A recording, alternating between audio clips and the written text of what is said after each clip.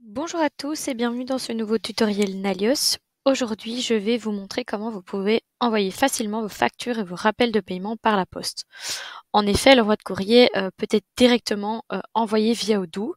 C'est une stratégie efficace pour attirer l'attention des gens et de vos clients en particulier lorsque leurs boîtes de réception d'emails sont surchargées, par exemple.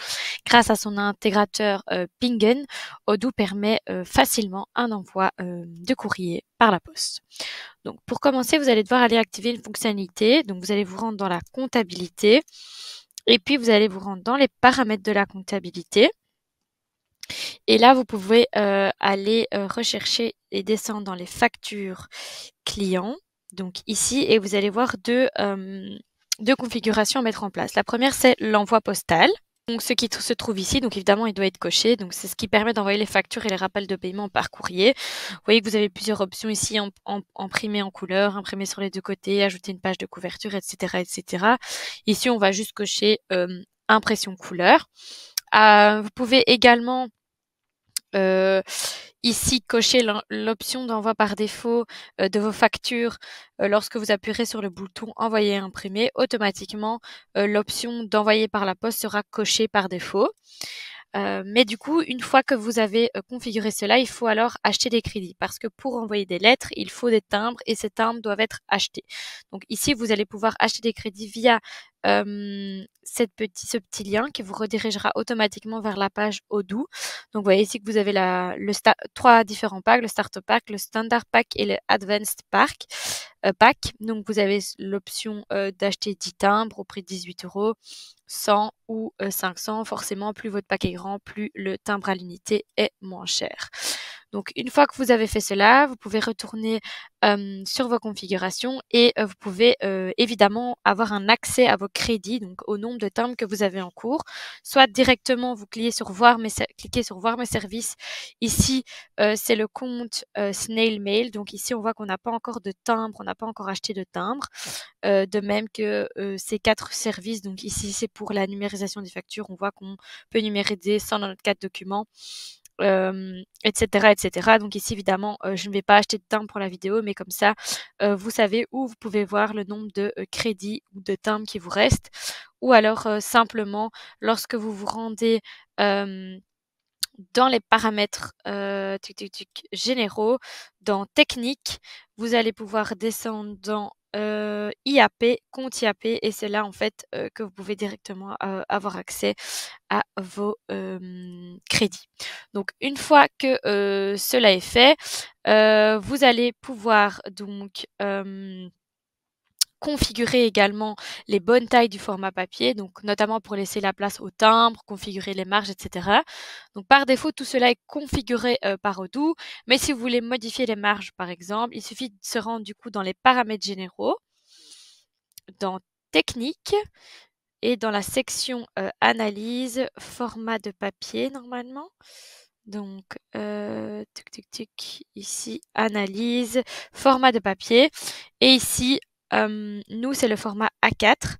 Et donc là, vous voyez, vous avez la possibilité de changer les marges, ajouter une ligne indentette. Mais donc, ça, c'est à votre guise. Mais si vous voulez en savoir plus à propos du format papier, tout se trouve dans la documentation Odoo de envoi postal. Et là, vous avez les informations nécessaires pour configurer votre format papier.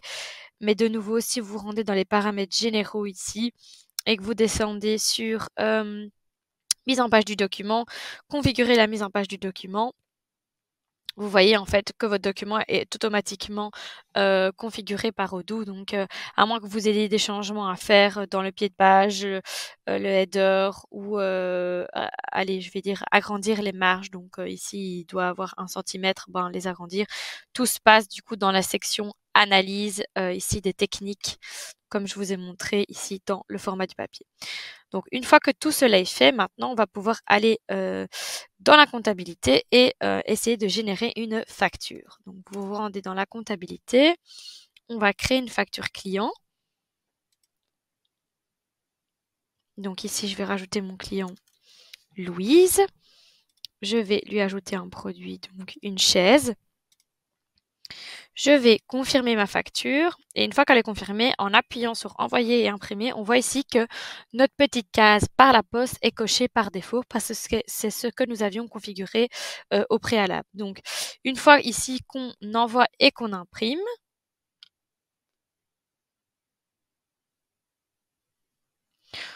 on voit que la facture s'est bien téléchargée et si vous allez dans le chatter, on voit que le mail s'est bien envoyé, que la facture s'est bien générée et que la lettre par la poste a bien été envoyée. Il faut évidemment que sur votre contact, donc ici Louise, il y ait une adresse de facturation ou une adresse postale valide. Donc pour l'envoi des mails, il faut évidemment qu'il y ait une adresse email, mais pour l'envoi par la poste, il faut évidemment qu'il y ait une adresse valide. Sinon, vous obtiendrez un message d'erreur. Donc ça, c'est la première façon de traquer que l'envoi s'est bien effectué. Vous pouvez aussi traquer l'envoi lorsque vous vous rendez dans les paramètres. Hop, ici, dans technique. Et puis vous descendez dans email et là normalement vous allez avoir lettre par la poste. Donc il suffit de cliquer dessus et ici vous voyez que donc Louise, c'est le document, donc c'est une facture qui a bien été envoyée. Elle est donc ici. Donc il faut juste aller vérifier que c'est la bonne facture. Donc je vais retourner, donc c'est la 25. Donc je vais retourner dans la comptabilité. Et là, on voit que c'est la 26, donc c'est qu'elle n'est pas passée. Donc je vais aller vérifier. Donc dans technique, email, lettre par la poste, je vais rafraîchir la page. Donc j'ai rafraîchi la page et si on clique ici, donc on voit bien que c'est la facture numéro 26. Pour le moment, elle est dans le statut file d'attente parce que comme je n'ai pas de crédit, la facture ne peut pas forcément s'envoyer. L'opérateur Pingen ne peut pas prendre en compte l'envoi de ma facture. Mais si j'avais acheté des crédits, évidemment, elle serait passée en statut envoyé. D'ailleurs, si on essaye de la renvoyer ici manuellement, vous verrez qu'elle passera dans un statut erreur et on est bien ici notifié qu'on n'a pas assez de crédit pour le courrier et on nous redirige pour en acheter. Et donc, vous voyez qu'elle passe en statut erreur et qu'on nous dit bien ici que une erreur est survenue lors de l'envoi du document par la poste. Erreur, vous n'avez pas assez de crédit. Donc voilà, donc vous savez traquer évidemment l'envoi de vos lettres en plus du chatter dans ici cet onglet donc lettres par la poste. Et si vous retournez maintenant sur votre facture, hop, vous verrez, donc c'est pas celle-ci, c'est celle-ci. Vous verrez là que mon petit icône est passé en rouge. Pourquoi? Parce que il y a une lettre qui est en échec parce qu'on n'a pas assez de crédit pour pouvoir envoyer cette lettre et donc de nouveau on est redirigé pour en acheter. Donc vous voyez un peu comment l'envoi de lettres pour vos documents, donc ici pour les factures, fonctionne. Vous pouvez aussi l'utiliser pour vos relances de paiement. Donc si vous vous rendez dans configuration au niveau de relance, ici on voit qu'on a un niveau de relance de 15 jours qui est activé. Donc si vous vous rendez ici dans les rapports de relance de vos clients, on va prendre de nouveau Louise. On voit qu'elle a des factures en retard, donc il y a 22 jours et il y a 19 jours. On va lui faire les relances pour ces deux factures. Donc qu'est-ce qu'on va faire? On va aller les relancer. Et ici, on voit de nouveau que dans les actions, on peut imprimer, envoyer par mail ou envoyer par la poste. Donc, il vous suffit de cocher cette case et vous voyez que l'envoi de ce document par la poste coûtera un timbre.